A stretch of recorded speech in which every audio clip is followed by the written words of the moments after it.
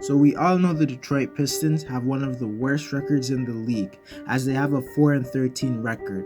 But the thing that is shocking to me is the fact that out of their 13 losses, only one of them has been by more than 10 points. So in today's video, I'll be discussing how good I believe the Detroit Pistons will be this season, as well as discussing their future. But before we get into the video, I ask you to drop a like on this video because it helps my channel grow.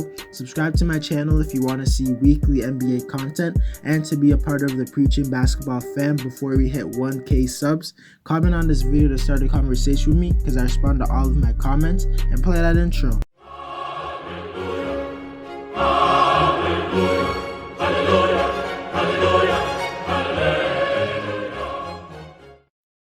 So no one expected the Pistons to be good, mainly because most believe the Pistons had very little talent and no all-star level player. And the point about the little talent is true, but the Pistons do have an all-star level player in Jerami Grant, who has had an amazing start to the season, and his biggest improvement from last year, whereas last year he was just a 3-and-D player, but this season he has shown the ability to handle the ball well enough to drive and get past defenders, as well as him being able to create his own shot on the perimeter. And so far this year, he has been averaging 24 points, 6 rebounds, shooting 44% from the field and 38% from 3, while attempting 7 threes a game. And going into this season, I honestly didn't expect him to be this good. I expected him to average like 18 points, shooting like 42% from the field and 33% from the 3.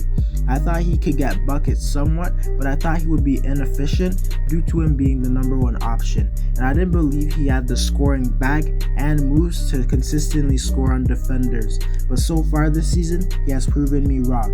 And he could potentially be an all-star this year, and the only reason he wouldn't be one is if he was sabotaged by the casual fans who don't know who he is. But if you look into his future with Detroit, I honestly don't see him staying with the Pistons long term, as he is at 26 years old, and despite the fact that I believe he's an all-star level player, he's not a superstar. And I think with the way he's been playing, Detroit can get a solid return in a trade for him. And I'm pretty sure he would like to be traded too, since he could help a lot of good championship contenders. But if they were going to move him, I'd expect it to be next season, not this one. To start this season, Blake Griffin has looked like a complete shell of himself this year, averaging 13 points, 6 rebounds, and 4 assists, shooting 38% from the field and 32% from 3. And the biggest reason for his struggles is because he simply isn't the same athlete, and that has led him to be he's averaging a career low, only 4 attempts at 2-point range. And it's either because he's too scared to get injured from the physicality in the paint, or he just isn't athletic enough to get there consistently. And he has turned into a guy who just spaces the floor and isn't even good at spacing the floor, as he's been attempting 6 threes a game while only shooting 32% from 3. And if Blake keeps playing this terrible, I don't think he will get traded to another playoff team, since no team is going to want a trash player who makes $36 million a year, which would suck, because I think if he was on a good team and he was good, he would be interesting to see. But sadly, this might be the end of Blake. Derrick Rose has been a good 6-man, averaging 15 points and 4 assists. And I still think I speak for most people when I say I think Rose needs to get moved to a contender, because it's kind of sad to see him continually putting up great numbers and being a good player, but in meaningless games. And it's clear Rose has game and could be a good scoring and playmaking backup guard to teams like the Clippers, Nets, or Warriors, along with others. And I think he will get traded this deadline and at the latest the 2021 offseason. The Pistons rookie and Killian Hayes was playing horrible before he went out with his severe hip injury.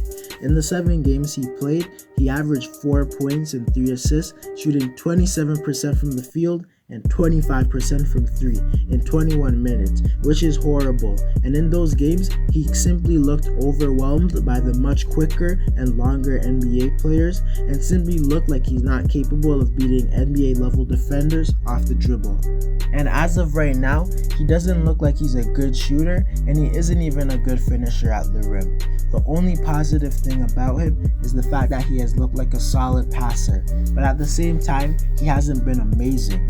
But obviously, I'm not writing him off, and you shouldn't either, because it is just 7 games, but he just hasn't looked good in them.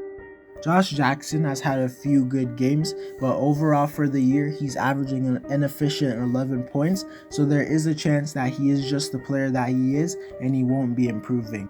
The Pistons rookies in Saddiq Bey and Isaiah Stewart have looked solid, and despite Saddiq being a pretty bad offensive player, he has shown to be a good 3-point shooter, hitting 37% of his threes, shooting 4 a game. And if you're going to be good at only one thing on offense, it might as well be shooting. And he has looked like a solid defender, so I think in the future he can be a solid 3-and-D player. And Isaiah Stewart has been a very good rebounder, averaging 5 in only 17 minutes.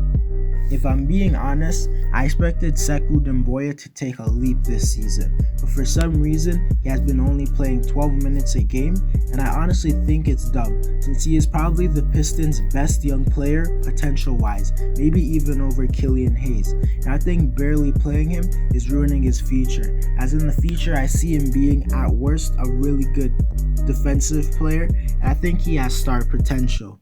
But if I had to bet, I don't think he's reaching that, but him playing 12 minutes a game isn't even going to make him hit his floor.